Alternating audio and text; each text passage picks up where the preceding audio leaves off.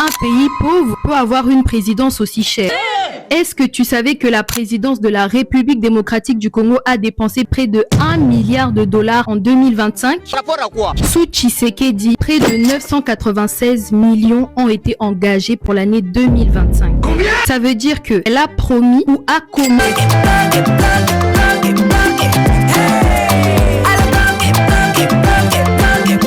Oyoki elengi ya Congo, tapez les mains, tapez les mains, tapez les mains, tapez les mains, tapez les mains, tapez les mains, tapez les mains.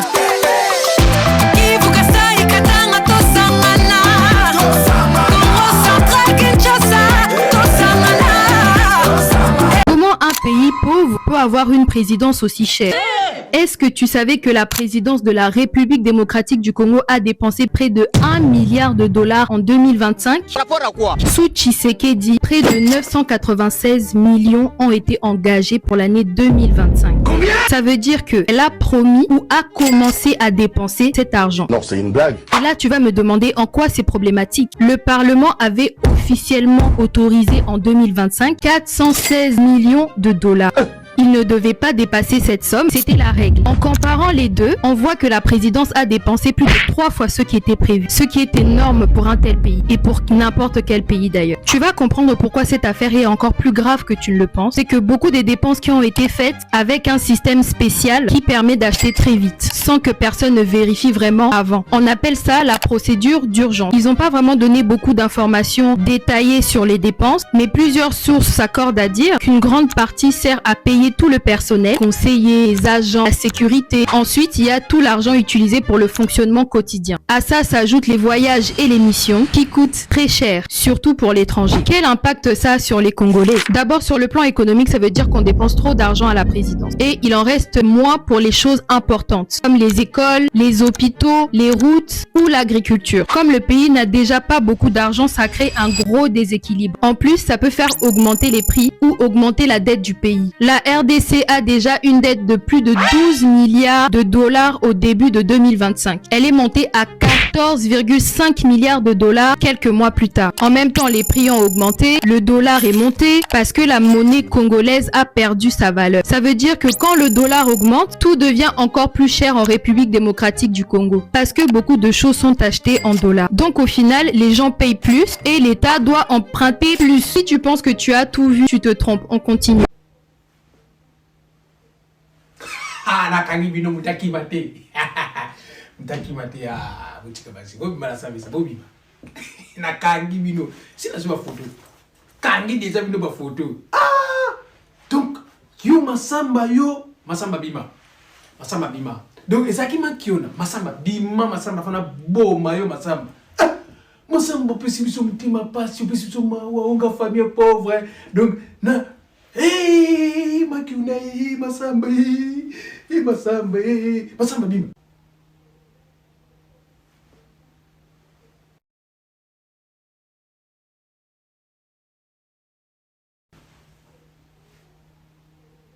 Lorsque je suis arrivé à la tête de ce pays, j'ai trouvé une armée, pardonnez-moi l'expression, de clochards.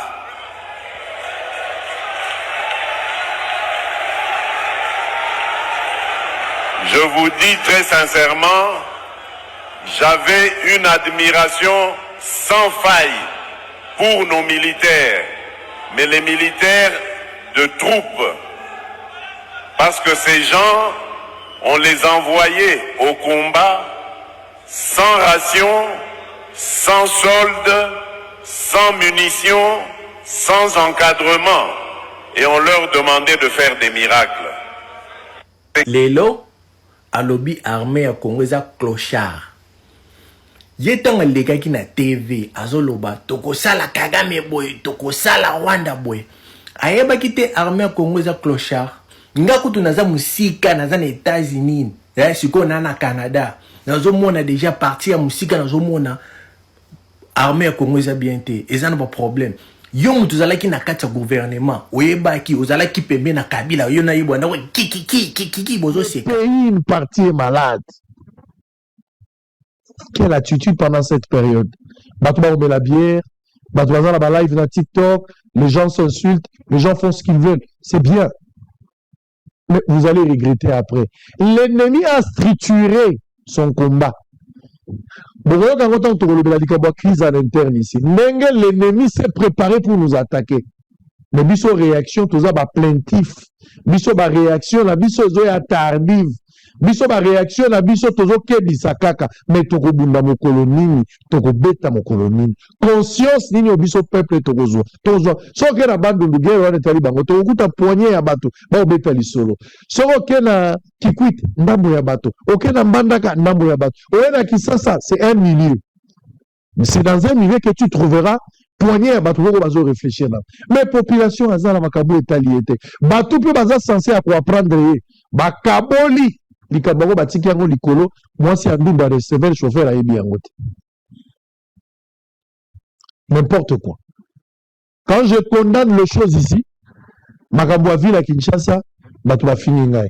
Les mêmes propos Mokonzambo Kazunga qui est dans l'Assemblée nationale devant qui est dans le Congrès a bandi koloba les mêmes histoires dans la lobby ya kutake so plus loin ba beteli maboko ba beteli maboko pas lobby mieux que ngai to bazo beteli maboko parce qu'il a trouvé solution il pas qu'à plaintif à dénoncer le kola ngai mais pourquoi ngai nazo mériter ma finga pourquoi yenda zo mériter maboko pour to lobby le komoko quelle aventure tous en so to bunda pona mboka to bunda na intérêt égoïste te to bunda pona mboka autant la peuple mboka eza ya bino moko ezokende banani bakotelema bato bakotelema lisusu te balingi nalongola robe nazonga lisusu na tenue na banda koloba mais tant que bokoya na baresponsabilité je vous ai jamais demandé poste à responsabilité na senga yango mais tant que ekoma na bapartage nde ekokoma non il faut bapesa bato tel siko baministre nyonso bazoloba te projet nga nazosola na baministre je parle avec ce genre là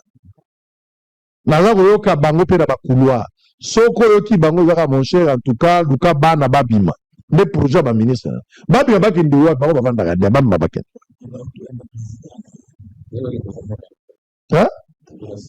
Mais c'est ce que je dis. Bakende koyamba président, mais c'est encore n'importe quoi. Bozola procédé. Bozola tokolo de sujet wana.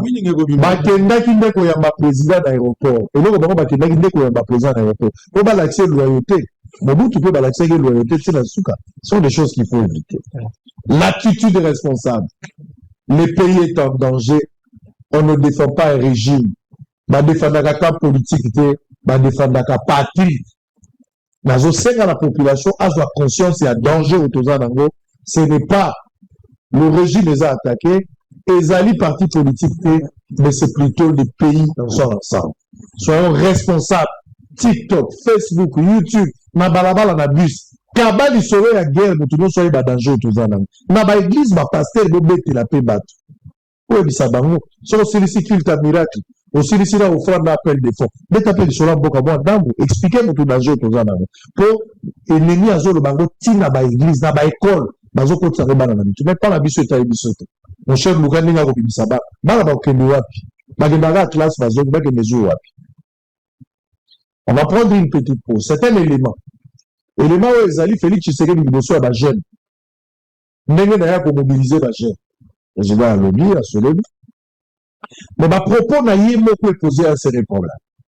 Est-ce qu'on a fait sortir ça du contexte ou bien ça vraiment ma propos? Qu'est-ce qu'il voulait dire? Je pense que les analystes, analystes et experts, qui qu'on lire entre les lignes et comprendre la pensée et puis tu sais qu'il y a apparemment accusé une contradiction dans ma propos. Les péchés de Tshisekedi, selon une certaine opinion, ils arrivent à tension.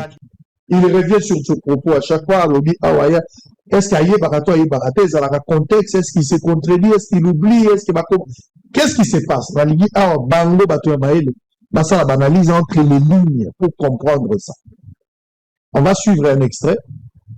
Batouazala qui est belé plus de 3000 jeunes, bien que jeunes, il y a toujours des questions, Nayoki a dans les réseaux sociaux. Je n'ai pas vérifié ça. Il faut besoin avec beaucoup de réserve.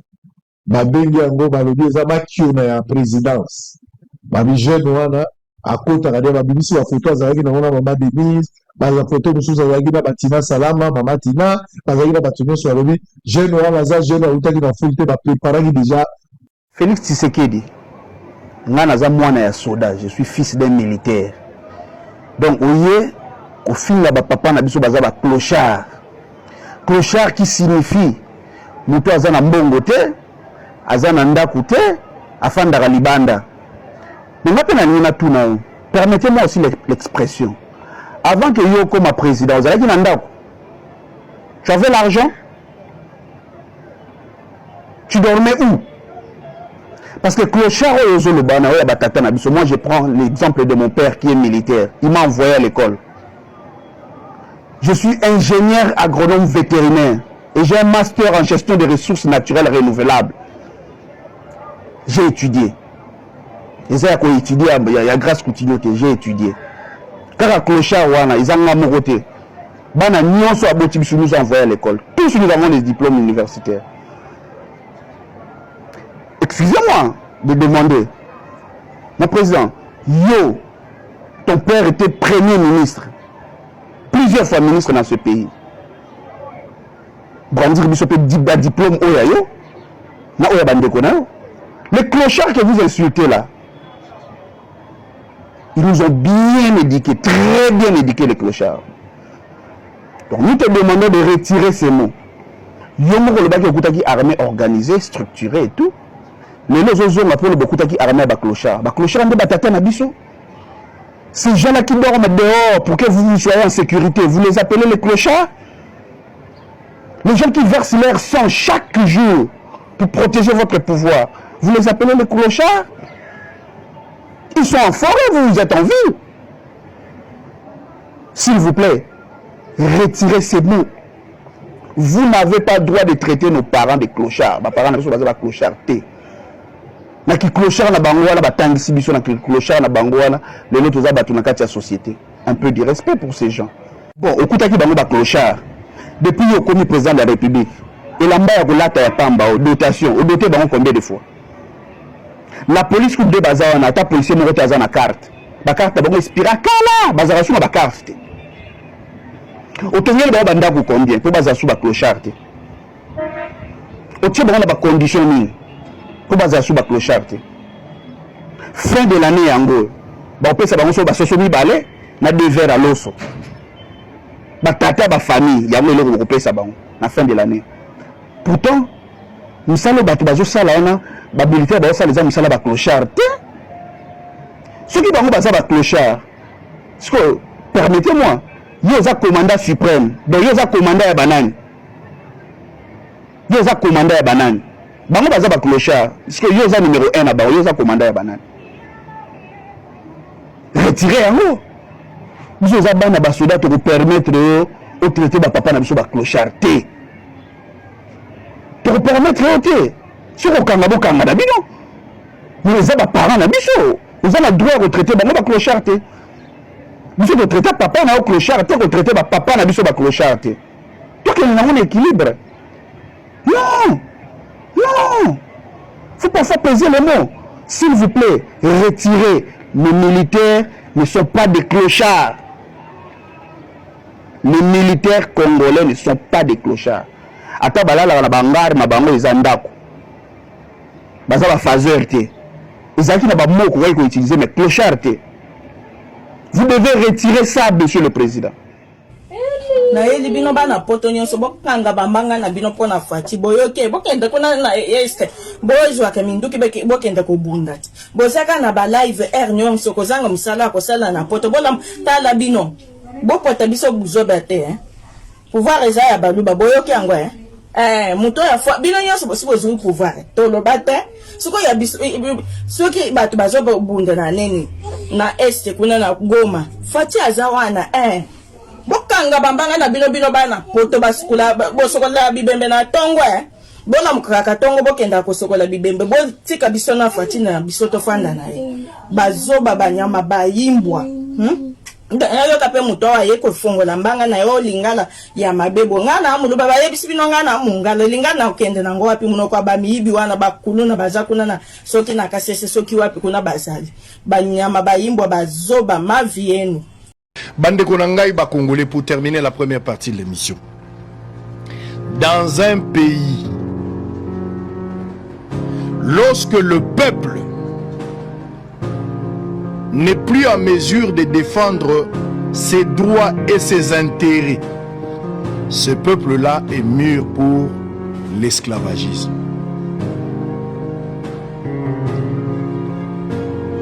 Mboka o ezali mboka na yo na ngai. Tokuti balumumba bapesi bavi na bango pona mboka o ekende te. Bato ba souffrir na société civile, na opposition, na majorité, ba bateli intégrité territoriale ya mboka o. Malgré nos différences, malgré nos faiblesses, malgré nos problèmes, ce qui nous unit est plus fort que nous-mêmes, c'est le Congo. À chaque fois, quand le doigt est malade, c'est le pied qui l'amène à l'hôpital. Les yeux surveillent pour que le doigt ne trébuche point. Et devant le médecin, c'est la bouche qui parle. Bolingo ya biso na Congo eza lokola ya mbisi na mai motako kabolango eza péché. Kaka liwa ndeko kabola. Pose à honneur. Et Yakolobake naza congolais, je suis libre chez moi. Tu dois te battre. Parce que le caractère n'est pas un don, mais c'est une victoire. Bozoti que la Congo na nani. Je suis tout à fait d'accord aujourd'hui. Le Congolais, moi, je suis d'avis que le Congolais Sengeliba Solola. Et je suis tout à fait d'accord. Kabila l'avait fait à une période. Tosali élection en 2006. Bemba a eu élection. Seigneur Lobi Kabila Moutazu. Bemba Lobi Moutazu. Masasi Ebeta la Gombe Baigo Tanzami Bakufaki. Kabila a pris sa voiture à l'époque président de la République élu à Kenda Kotala Bemba Nandaku.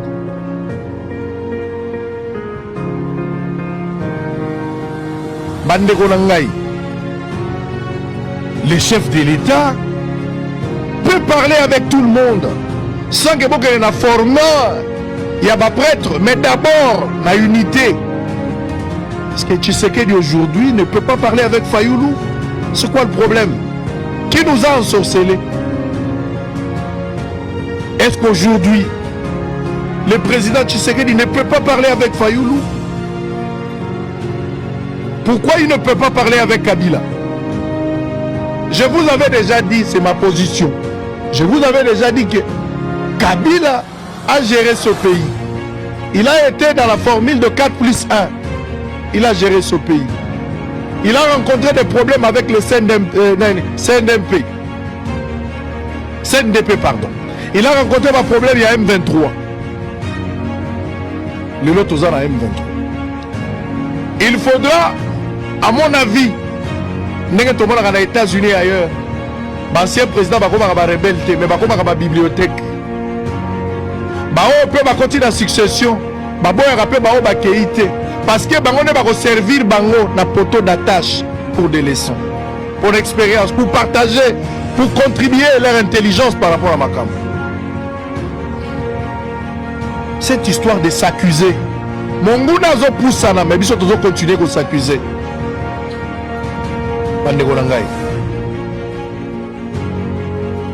Biloko wana nyoso ya bakatumbi baza misika. Est-ce que les katumbi tokene na babiloko ba formule te? Tokata nano ba procédure à milai. Dialogue en interne. Fayoulou, Kabila, Moïse Katumbi, Jean-Pierre Bemba. Ngaïpe bien sûr parce que je représente une opinion. Je peux participer aussi. Nous ne viendrons pas pour l'argent. Nous viendrons seulement pour la patrie. S'il faut dire quelque chose. Même médiation n'a besoin de Il ne faut pas médiation ou taga libanda. Pourquoi ne pas parler le même langage? Congo et Zagaga Moko. Dans un dialogue en interne. Bisonio sotokozala ba perdant. Je parle du Congolais. À moins qu'on à l'étranger. Si tu es Congolais, bisonio sotokozala ba perdant.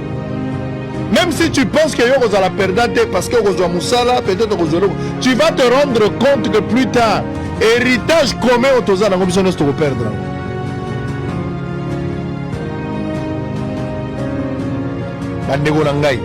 Il faut accepter de perdre la petite raison pour avoir la grande raison. Il ne faut pas Batouba gagner, mais c'est le Congo qui doit gagner. C'est le Congo qui doit gagner.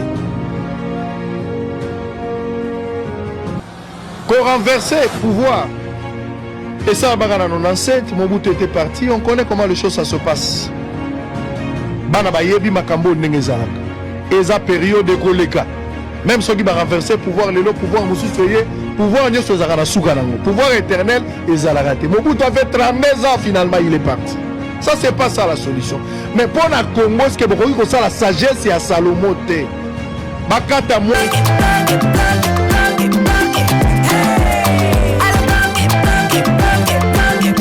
Oyoki elengi ya Congo.